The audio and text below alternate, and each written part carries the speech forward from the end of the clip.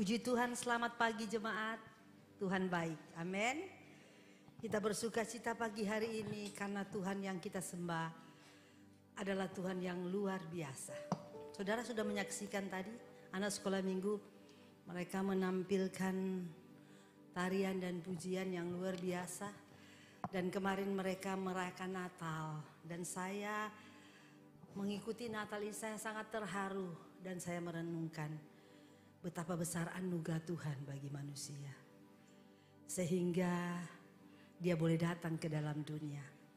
Dan sepanjang bulan Desember semua orang percaya merayakan Natal.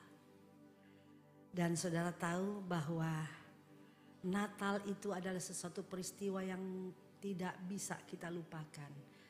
Karena Natal membawa keselamatan besar bagi manusia. Saudara tahu Yesus datang ke dalam dunia sebagai terang. Dia menerangi dunia yang gelap. Kita akan lihat bersama-sama Injil Yohanes pasal 8 ayat yang ke-12. Kita akan baca ayat ini bersama-sama. Yohanes pasal 8 ayat yang ke-12. Kita akan baca bersama-sama ayat ini 2-3. Maka Yesus berkata pula kepada orang banyak, katanya, "Akulah terang dunia, barang siapa mengikut aku ia tidak akan berjalan dalam kegelapan, melainkan ia akan mempunyai terang hidup." Puji Tuhan. Kalau saudara membaca kebenaran ini, di sini saudara akan melihat bahwa Yesus menyatakan diri bahwa dia adalah terang dunia. Dia terang itu sendiri, dia sumber terang. Saudara, kalau kita kembali dalam kitab Kejadian pasal pertama, di sana saudara akan melihat bagaimana Allah menciptakan langit dan bumi. Saya akan baca Kejadian 1 ayat yang pertama. Pada mulanya Allah menciptakan langit dan bumi. Bumi belum berbentuk dan kosong. Gelap gulita menutupi samudera raya, roh Allah melayang-layang di atas permukaan air. Berfirmanlah Allah, jadilah terang, maka terang itu jadi. Saudara perhatikan, kata pertama yang keluar dari mulut Tuhan yaitu jadilah terang. Kata pertama yang keluar dari ucapan yang diucapkan oleh Tuhan, jadilah terang. Saudara tahu bahwa Allah tidak suka dengan kegelapan. Saudara tahu bahwa Allah tidak bisa bekerja dalam kegelapan. Karena jelas dikatakan terang itu, saudara, pada waktu Allah melihat dunia, pada waktu mau dibentuk gelap gulita, kacau balau, Allah tidak langsung menciptakan, tapi Allah pertama katakan jadi terang. Allah tidak bisa bekerja di dalam gelap dan Allah tidak suka dengan gelap. Saudara tahu bahwa gelap, kalau saudara melihat kebenaran firman Allah, gelap dan terang itu gak bisa bersatu. Di mana ada terang, di situ tidak ada kegelapan. Gelap itu akan terhalau kalau kegelapan itu terbit. Kalau saudara melihat dalam Korintus pasal 6, di dalam suratan 2 Korintus pasal 6 ayat yang ke-14, tolong 2 Korintus 6. 2 Korintus pasal 6 ayat 14. Jangan kamu merupakan pasangan yang tidak seimbang dengan orang yang tidak percaya. Sebab persamaan apakah terdapat antara kebenaran dan kedurhakaan? Atau bagaimanakah terang dapat bersatu dengan gelap? Saudara jelas di sini apa yang firman Allah katakan, bagaimana terang dapat bersatu dengan gelap. Jelas gelap itu tidak dapat bersatu dengan terang. Di mana ada terang, kegelapan itu hilang. Terang ini selalu identik dengan kebenaran. Terang selalu berbicara tentang Allah. Tentang Allah itu terang. Allah itu adalah kebenaran. Saudara tahu, kegelapan itu dapat dihalaukan kalau ada terang. Terang mempunyai kekuatan yang luar biasa. Terang punya kekuatan yang luar biasa. Dia lebih kuat dari gelap. Dia lebih kuat dari gelap. Sebab itu dikatakan di mana ada terang, Di situ tidak ada kegelapan. Dunia yang kita tinggal saat ini adalah dunia yang gelap. Dunia yang kita tinggal saat ini adalah dunia yang gelap. Pada waktu manusia jatuh ke dalam dosa, semua jadi gelap. Kenapa jadi gelap? Karena manusia putus hubungan dengan Tuhan. Pada waktu manusia jatuh ke dalam dosa, maka semua jadi gelap. Karena apa? Karena manusia putus hubungan dengan Tuhan. Karena manusia putus hubungan dengan Tuhan, maka manusia gelap. Kehidupan manusia menjadi gelap. Tidak ada terang. Karena tidak ada yang dapat menerangi hidup manusia. Karena putus hubungan dengan manusia. Sama sekali tidak ada hubungan dengan manusia. Gelap dan terang itu gak bisa bersatu. Sebab itu pemberontakan manusia yang terjadi di Taman Eden membuat manusia terpisah dengan Allah. Membuat manusia putus hubungan dengan Tuhan. Sehingga manusia tidak lagi berada di terang, tapi manusia menjadi gelap. Manusia dikuasai oleh gelap, dikuasai oleh kegelapan. Karena manusia dikuasai kegelapan, dia tidak berjalan di dalam terang karena tidak ada terang lagi dalam hidupnya. Karena Allah sebagai terang itu tidak punya lagi hubungan dengan manusia. Saudara, manusia yang tidak dituntun oleh terang, dia akan berjalan dalam kegelapan. Pada waktu manusia jatuh ke dalam dosa, maka yang dia lakukan adalah dia berjalan dalam kegelapan. Dia berjalan dalam kegelapan. Yang menuntun hidupnya ada gelap. Karena di dalam kehidupannya tidak ada terang. Betapa mengerikan saudara apabila manusia tidak dipimpin oleh terang. Betapa bahayanya manusia kalau hidup di dalam gelap. Sejak manusia jatuh ke dalam dosa, maka hidupnya menjadi gelap. Maka semua yang manusia lakukan itu gelap. Semua yang manusia perbuat itu gelap. Tidak ada yang menuntun dia, tidak ada terang yang menerangi langkah hidupnya. Tidak ada terang yang menuntun hidupnya. Dan terang ini berbicara tentang Yesus. Terang ini berbicara tentang firman yang sudah menjadi manusia. Sebab itu saudara, kalau pada sepanjang tahun ini gereja kita mengangkat tema firman Allah sebagai dasar hidup.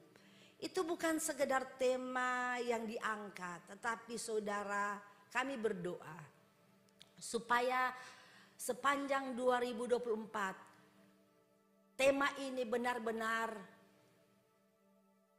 dapat merubah kehidupan jemaat Tuhan. Supaya benar-benar jemaat bisa berjalan berdasarkan firman.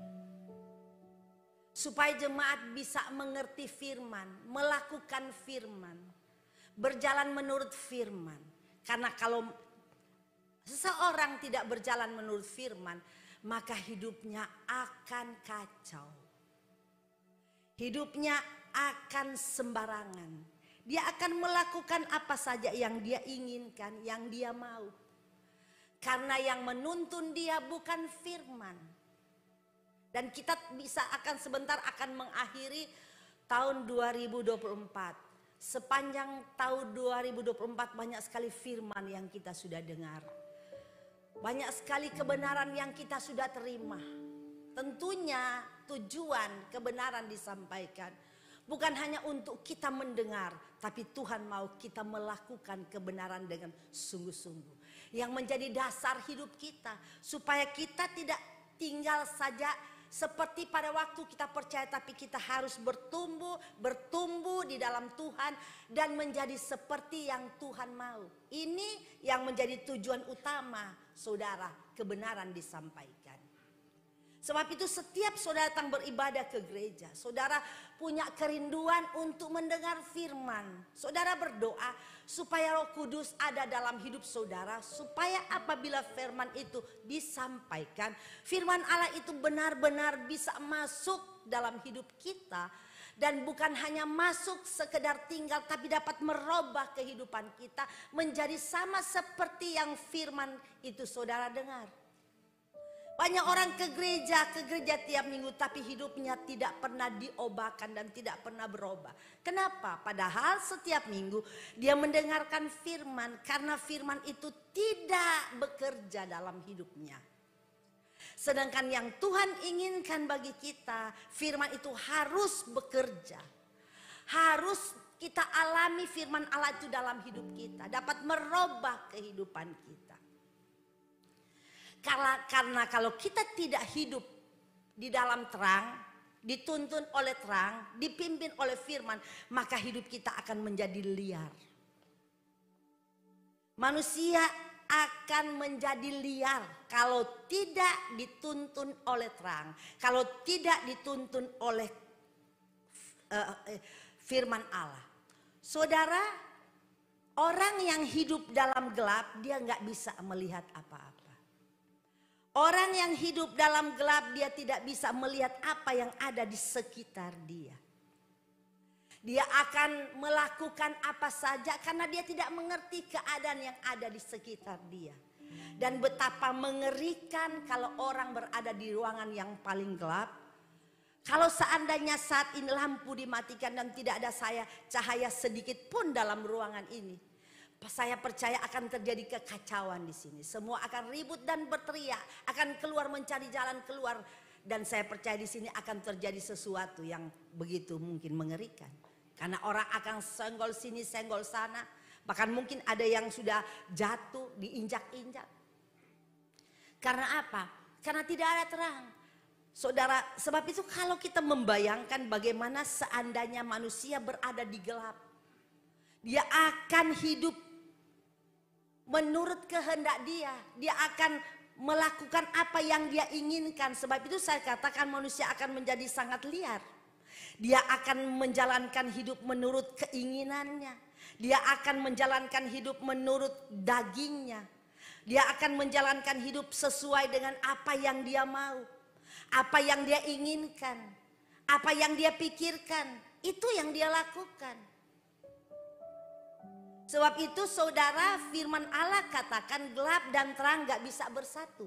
Kalau saudara melihat ini di dalam firman Allah, 2 Korintus 4 ayat 1 sampai dengan 6. Tapi saya akan baca 2 Korintus 4 ayat 1.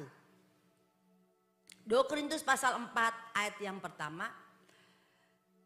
2 Korintus 4 ayat yang pertama. Oleh kemurahan Allah kami telah menerima pelayanan ini. Karena itu kami tidak tawar hati. Terus ayat 2. Tetapi kami menolak segala perbuatan tersembunyi yang memalukan. Kami tidak berlaku licik dan tidak memalsukan firman Allah. Sebaliknya kami menyatakan kebenaran dan dengan demikian kami menyerahkan diri kami untuk dipertimbangkan oleh semua orang di hadapan Allah. Ayat 3. Jika Injil yang kami beritakan masih tertutup juga, maka tertutup untuk mereka yang akan binasa. Ayat 4. Yaitu orang-orang yang tidak percaya, yang pikirannya telah dibutakan oleh ilah zaman ini, sehingga mereka tidak melihat cahaya Injil tentang kemuliaan Kristus yang adalah gambar Allah.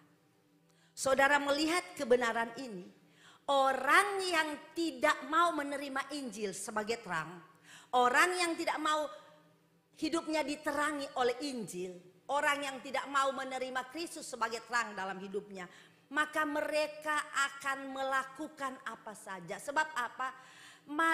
Pikiran mereka dibutakan, mata mereka gelap. Mereka melakukan apa yang mereka mau. Mereka melakukan kejahatan dan mereka tidak pernah takut dengan apa yang mereka lakukan. Kenapa? Karena pikiran mereka gelap. Mata mereka gelap. Mereka nggak bisa melihat kebenaran. Mereka mungkin tahu akan kebenaran. Tapi mereka nggak bisa melakukan kebenaran. Karena mereka nggak punya kemampuan untuk melakukan. Karena hidup mereka gelap. Tidak ada yang menerangi mereka. Begitu banyak orang yang percaya kepada Yesus yang sudah ada di gereja. Tapi perbuatan masih saja melakukan hal-hal yang gelap.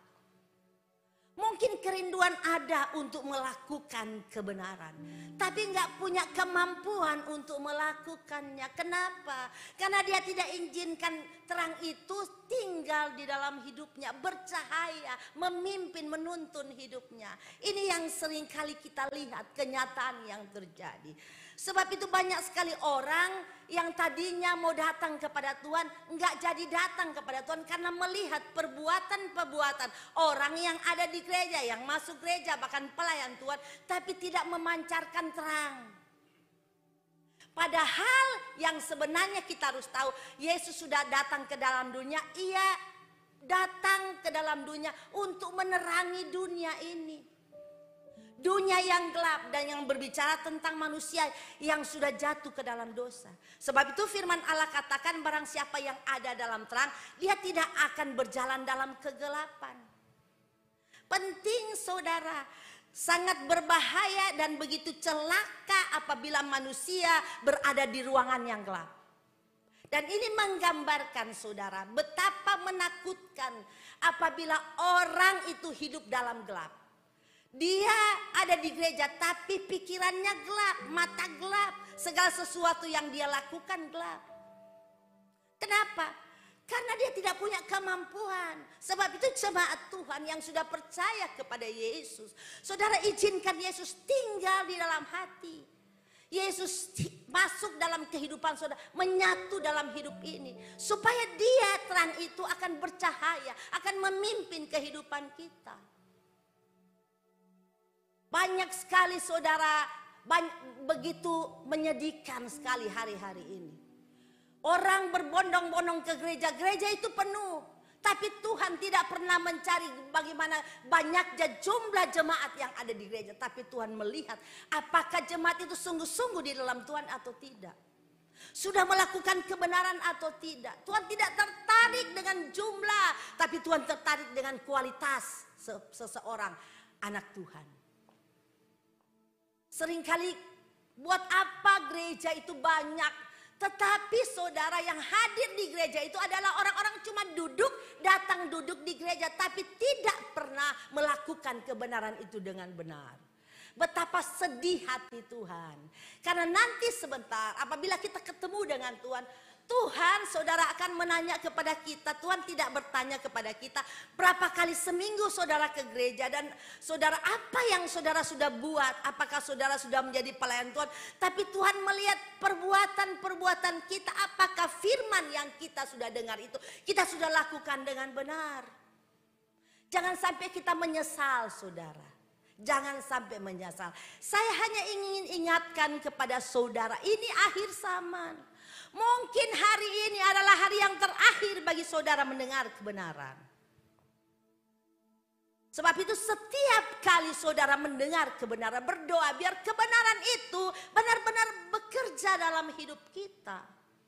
Kalau setiap kali saudara mendengar firman dan firman itu bekerja, dapat merubah setiap kehidupan kita, berubah kehidupan kita, kita akan menjadi seperti tujuan Tuhan datang ke dalam dunia. Buat apa Yesus datang ke dalam dunia 2000 tahun yang lalu? Bukan sekedar dia datang show, menunjukkan dia dari sorga ke dunia. Tujuannya itu ada sasarannya. Untuk apa? Untuk menyelamatkan saudara dari gelap. Mengangkat kita dari gelap. Memindahkan kita dari kebinasaan kepada keselamatan. Saudara kita ini ada di gelap. Dunia ini gelap. Saudara hari-hari ini saudara melihat. Bahkan saudara melihat apa yang dikatakan 2 Timotius pasal 3 ayat 1 sampai 5. Di situ dikatakan bahwa hari-hari terakhir akan datang masa yang sukar, manusia akan mencintai diri sendiri. Dan banyak hal yang manusia akan lakukan dan mungkin setiap kali saudara mendengar ayat ini. Tapi kenapa ayat ini selalu dikumandangkan, selalu disampaikan? Kenapa? Apakah tidak ada ayat lain untuk menyampaikan firman hamba-hamba Tuhan untuk menyampaikan firman Allah? Tidak. Tapi karena Allah ingin supaya umat Tuhan memperhatikan kebenaran ini. Jangan kita jadi sama seperti yang dikatakan dalam firman Allah ini. Manusia hanya mencintai diri sendiri, menjadi hamba uang, pembual, sombong, pemfitnah, pemberontak terhadap orang tua, tidak tahu berterima kasih, tidak peduli agama. Mungkin saudara berpikir saya orang yang peduli agama, nyatanya saya ada di gereja. Kalau saya nggak peduli agama, nggak mungkin saya di gereja. Tapi saya ingin katakan kepada saudara, kalau saudara ada di gereja tapi tidak bertobat, itu artinya saudara tidak peduli agama. Jadi saudara jangan bangga, mungkin satu hari bisa 10 kali saudara mendengar YouTube. Sekarang kan saudara buka udah YouTube, firman Allah segala macam firman saudara sudah dengar, saudara sudah tahu. Tapi itu tidak akan berarti apa-apa kalau hanya sekedar saudara mendengar. Tapi yang Tuhan inginkan setiap firman yang kita dengar, berdoa kepada Tuhan, Tuhan biar firman ini menjadi bahagian saya dapat melakukan itu dengan sungguh-sungguh. Saudara hari ini saudara melihat orang tidak takut lagi akan kebenaran. Sebab itu dalam ayat 7 dikatakan 2 Timotius 3 ayat 7. Dan walaupun selalu ingin diajar namun tidak pernah dapat mengenal kebenaran. Selalu. Mungkin dia punya kerinduan. Tapi tidak pernah mengenal kebenaran. Kenapa? Karena hatinya keras. Dia cuma memberi telinganya. Tetapi tidak mau supaya firman yang diingat itu menjadi bahagian hidupnya. Apalagi saat-saat ini saudara. Banyak sekali orang hanya mendengar firman Allah yang enak-enak. Kalau hamba Tuhan sudah berbicara tentang dosa, tentang hal-hal yang tidak berkenan. Rasanya hamba Tuhan ini enggak modern.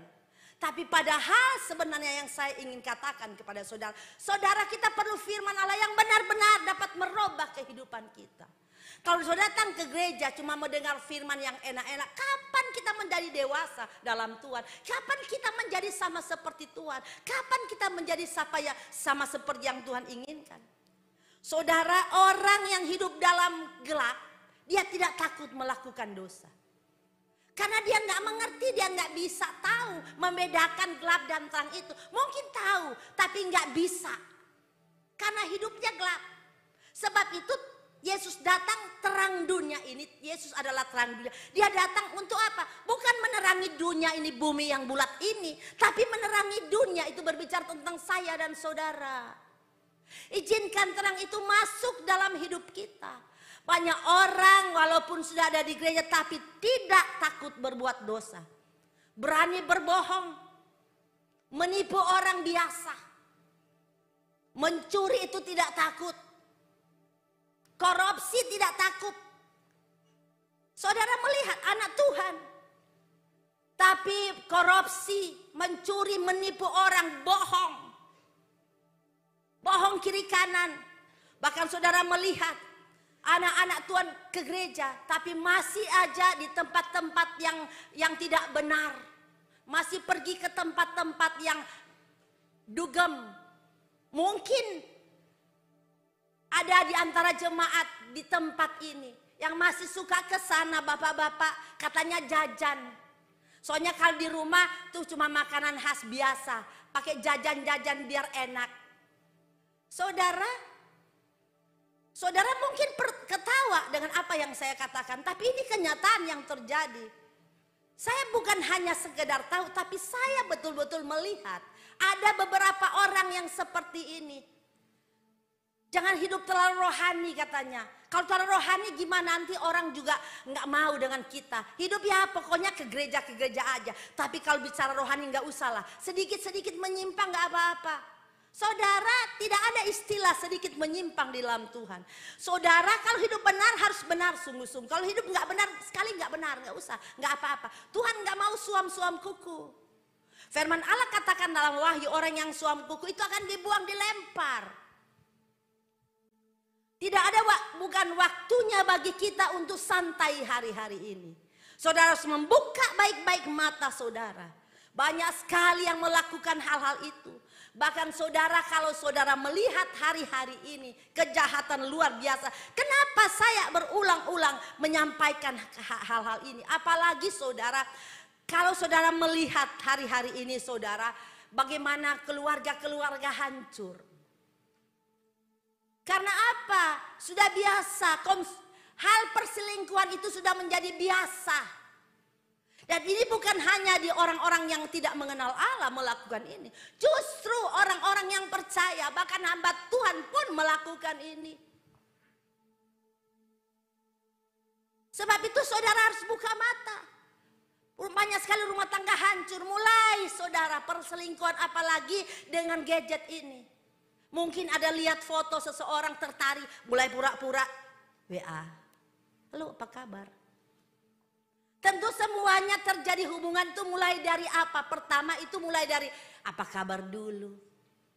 Gak mungkin kan tahu-tahu masuk ke kamar 2 orang gak kenal, ayo masuk ke kamar. Gak mungkin. Paling ada hubungan bicara dulu. Mungkin kalau WA, say hello, gimana kabar. Nanti lama-lama mulai sampai masuk sampai ke dalam. Jadi saudara, itu bukan rahasia. Dan ini banyak sekali terjadi hari-hari ini. Bahkan saudara, ada istrinya dan suaminya gak pernah mengerti kalau suaminya itu sudah punya anak di luar sampai besar anaknya. Tahu-tahu sudah besar berketahuan. Bahkan ada juga suami gak mengerti kalau istrinya, kalau istilahnya sekarang, kalau laki-laki punya simpanan, banyak juga ibu-ibu punya simpanan. Jadi kalau berbicara hal ini tidak ada istilah laki-laki perempuan.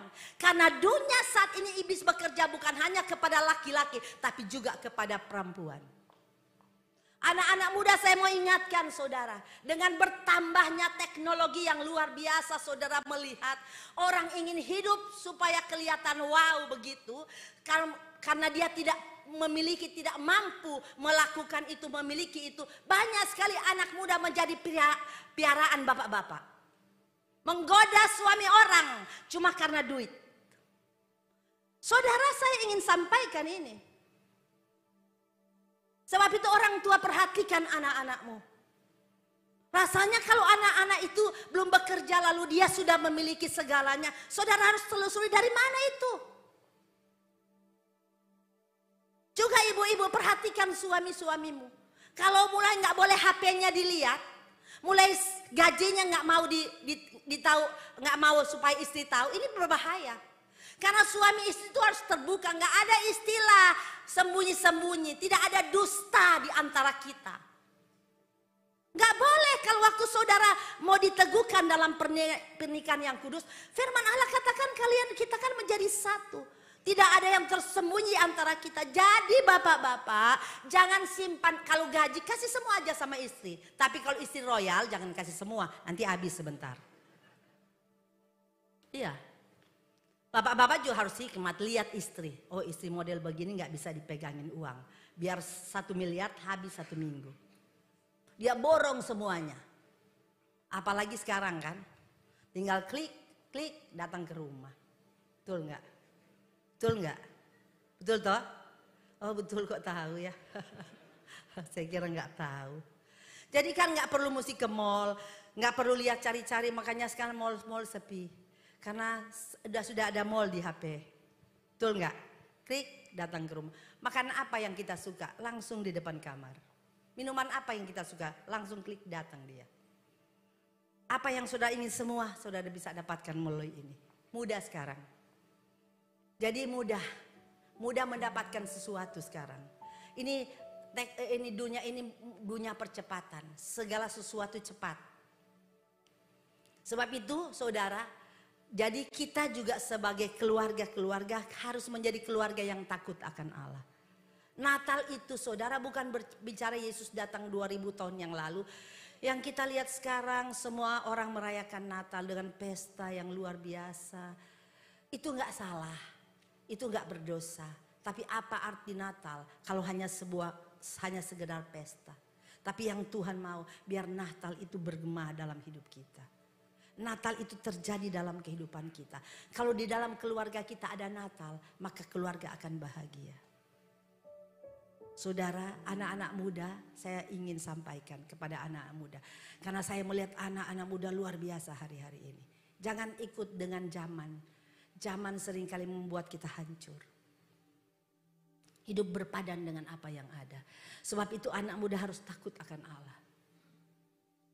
Jangan sampai membangun hubungan dengan suami orang.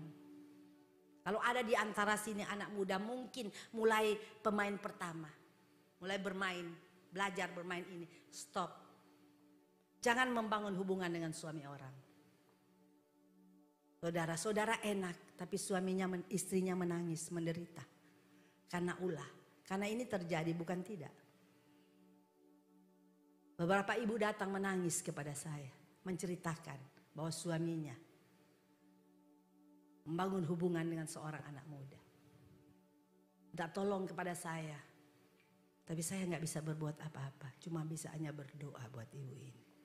Dia katakan saya punya anak 4. Tapi suaminya itu punya simpanan seorang gadis muda. Dan dia sudah berapa kali datang menemui gadis ini. Tapi gadis ini tetap bilang iya, tapi mereka tetap masih ada hubungan. Sampai suaminya kalau pulang ke rumah tiap hari marah-marah. Istrinya gak boleh salah sedikit. Pasti ngamuk. Istrinya bilang saya sakit hati, saya di rumah bekerja setengah mati menjaga anak saya. Saya gak kemana-mana, saya melakukan apa ya dia inginkan, tapi ini yang dia lakukan untuk saya. Inilah yang terjadi hari-hari ini. Jangan anak muda membuat istri-istri menangis karena kita. Bapak-bapak juga, kalau sudah punya istri janganlah lihat-lihat yang muda-muda, daun muda. Jangan, muda sama tua sama, itu iblis kok. Itu iblis, saudara tahu. Anak muda ketawa lagi. Itu kan iblis. Betul. Iblis menggoda kita, hati kita. Supaya kita lebih tertarik ke muda. Memang biasanya, makanya sama ibu-ibu kan, walaupun sudah tua, jangan karena udah tua, sudah punya anak 5, saya sering kali katakan kan. Kalau rasanya kalau jam 5, 6 suaminya udah mau pulang, langsung cepat-cepat dandan. Pakai parfum. Pakai torik kayak atau apa gitu. Kalau nggak ada ya nggak apa-apa, torik lah. Penting supaya bawa wangi sedikit lah. Gitu. Jangan dari pagi bawa sambal terasi, ikan asin. Apalagi karena ibu-ibu senang makan ikan asin, nggak sampai suami pulang jam 5 masih aja pakai daster sama ikan asin. Minta ampun lah. Bau terasi, minyak kayu putih, minyak angin, minyak beruang, kutus-kutus. Duh, sudah campur luar biasa ya. Bayangkan saudara kutus-kutus, minyak angin, kayu putih, terasi, jengkol, pete. Saudara bayangkan kalau semua itu jadi satu. Duh, bayangkan suami dari jauh. Tak ampun istriku, luar biasa. Jadi saudara kita juga wanita-wanita harus juga gak perlu yang mahal-mahal. Lalu saudara menuntut kepada suami harus kasih uang banyak karena saudara mesti ke salon. Gak apa-apa, di rumah boleh salon sendiri. Gak perlu mesti ke salon. Kalau saudara katanya apa gelincong apa? Bukan. Iya, ya kayak gitu ya. Saudara ingin begitu, nggak apa-apa. Kalau nggak ada ambil itu, apa namanya, kertas pasir. Dikit-dikit, jangan terlalu keras. Nanti kan mukanya kan ambil air sedikit gini, supaya komedonya hilang semua. Coba saudara coba di rumah, nggak percaya. Saya aja suka coba. Daripada saya mau pergi itu nggak ada uang, ini cuma bercanda. Iya toh?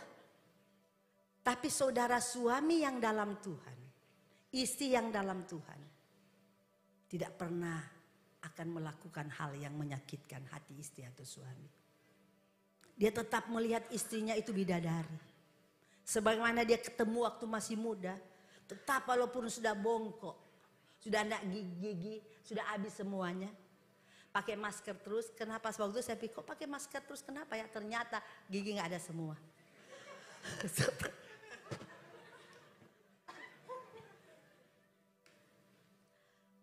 Saudara, kalau suami pulang,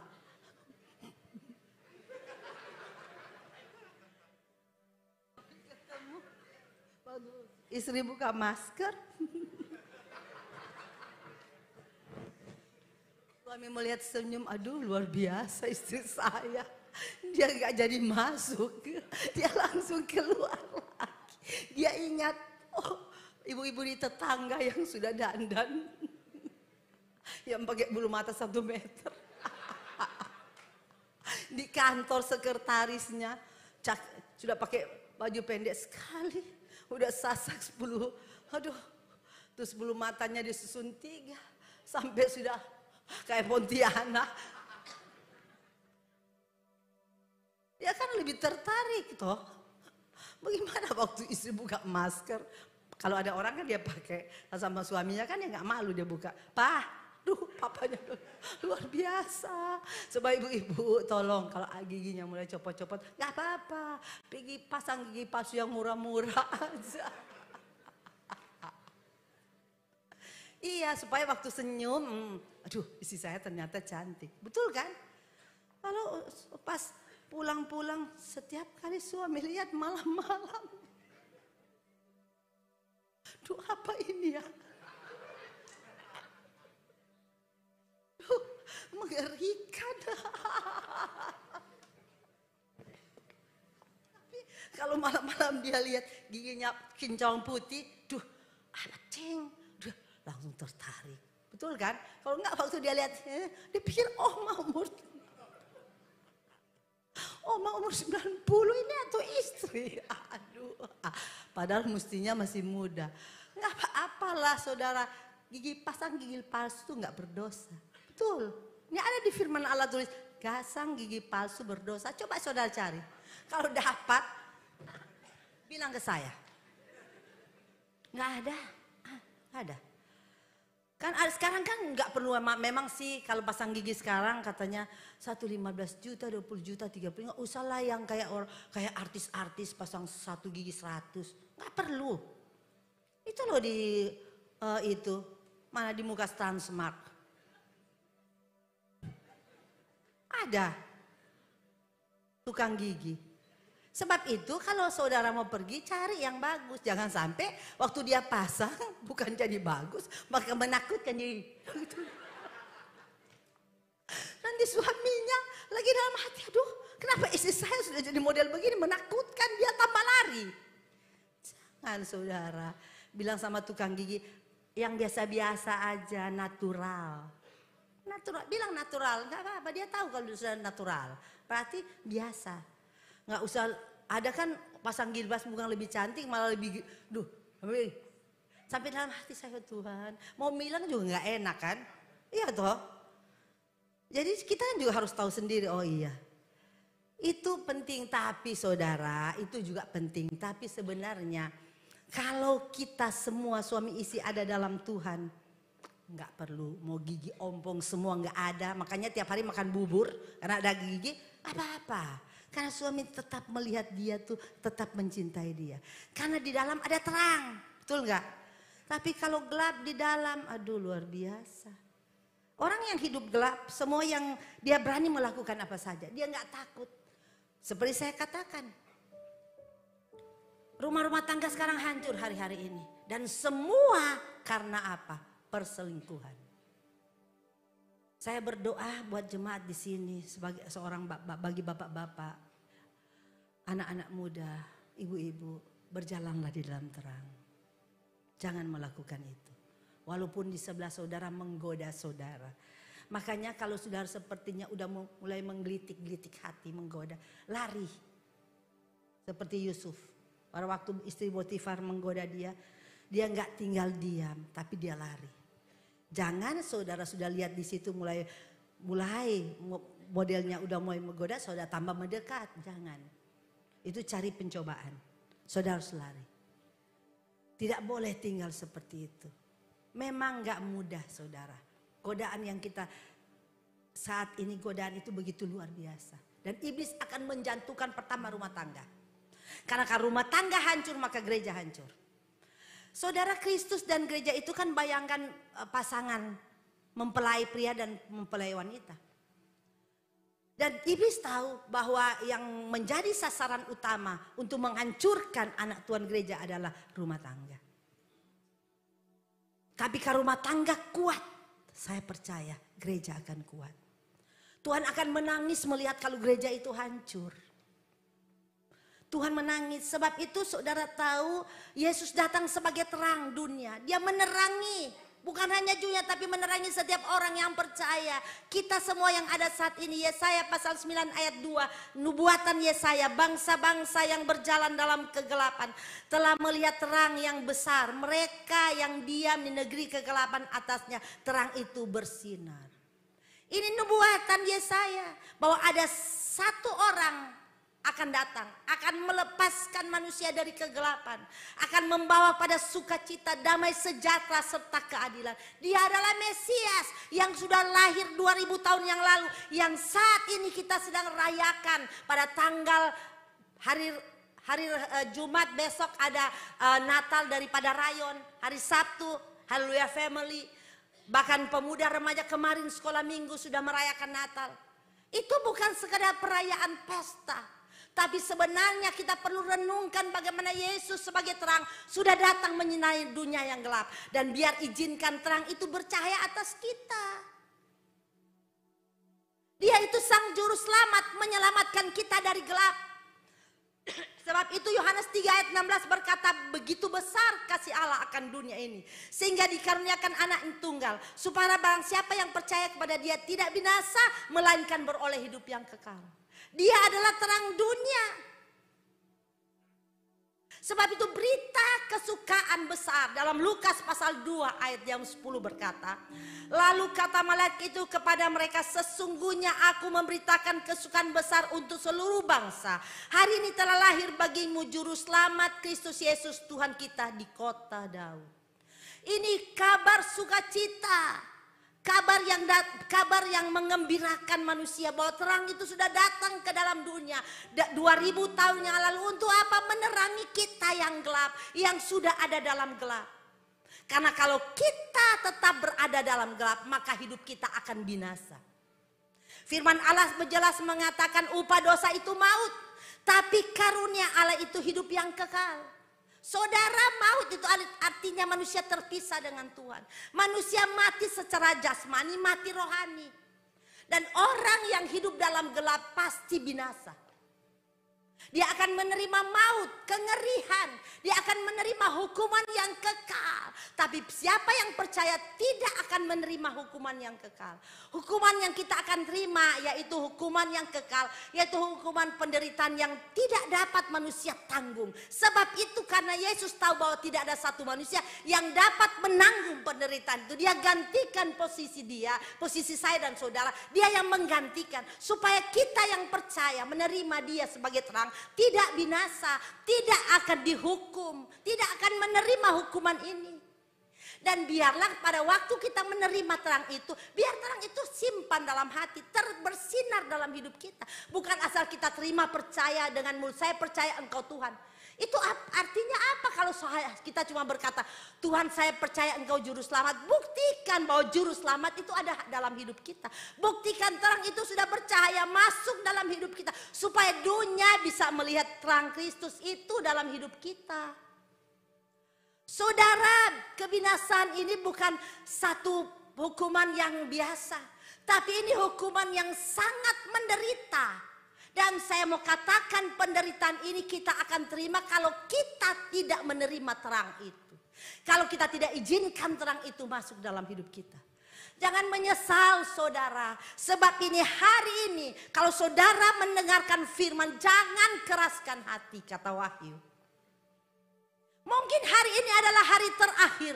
Minggu ini adalah minggu terakhir. Bulan ini adalah bulan terakhir bagi kita untuk mendengarkan kebenaran firman ini. Saudara lakukan itu dengan setia, jangan menyesal. Karena waktunya akan datang, kita tidak bisa lagi mendengar kebenaran. Karena kalau kita sudah dipanggil Tuhan, tidak ada waktu bagi kita untuk bertobat dan mendengar firman, menerima terang itu. Kalau hari ini terang itu sudah datang 2000 tahun yang lalu, saudara izinkan terang itu tetap bercahaya. Sebab itu firman Allah katakan, barang siapa yang ada dalam Kristus, dia kejadian baru. Dan orang yang ada dalam Kristus, dia tidak melakukan dosa, dia tidak berjalan dalam gelap, tapi dia berjalan dalam terang. Dan ini yang Tuhan inginkan, saudara, bagi kita di Natal ini. Saudara, bulan Desember semua gereja sedang mempersiapkan Natal, tapi bukan berarti kita persiapkan Natal sebagai pesta besar bagi kita setiap tahun merenungkan, tapi bukan itu yang Tuhan inginkan. Yang Tuhan mau, biarlah setiap hari Natal itu berlaku atas kita, terang itu bersinar atas kita, terang itu akan selalu bercahaya melalui kita. Sebab itu firman Allah katakan, kota yang berada di atas gunung itu nggak bisa disembunyikan. Lampu itu nggak bisa ditutup, tetap dia bercahaya. Yang Tuhan mau bagi kita, biar kita bercahaya, terang Kristus itu nampak.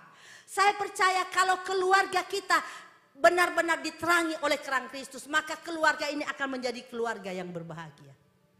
Semua ingin supaya bahagia. Hidup di dunia kalau nggak bahagia apa artinya? Saudara, bahagia itu nggak perlu saudara punya uang banyak, nggak perlu saudara harus pergi tempat-tempat mewah, nggak perlu. Kebahagiaan yang sejati hanya ada di dalam Kristus. Mungkin orang kaya bisa pergi, mereka ingin supaya merefreshing diri setiap akhir tahun, supaya hidup bahagia. Tapi kalau mereka tidak punya terang, tidak ada dalam Kristus, mereka pulang, mereka juga nggak akan merasa bahagia. Mungkin saat mereka berada di tempat yang happy, yang luar biasa, mereka merasa agak tenang sedikit. Tapi setelah mereka keluar dari tempat itu, mereka akan hidup dalam kegelisahan. Tapi saya ingin katakan kepada saudara, Tuhan Yesus Kristus sebagai sumber terang, sumber kebahagiaan, sumber damai, sumber ketenangan, sumber segala sesuatu, izinkan dia tetap bertahta dalam hidup saya dan saudara. Tuhan memberkati kita semua. Amin.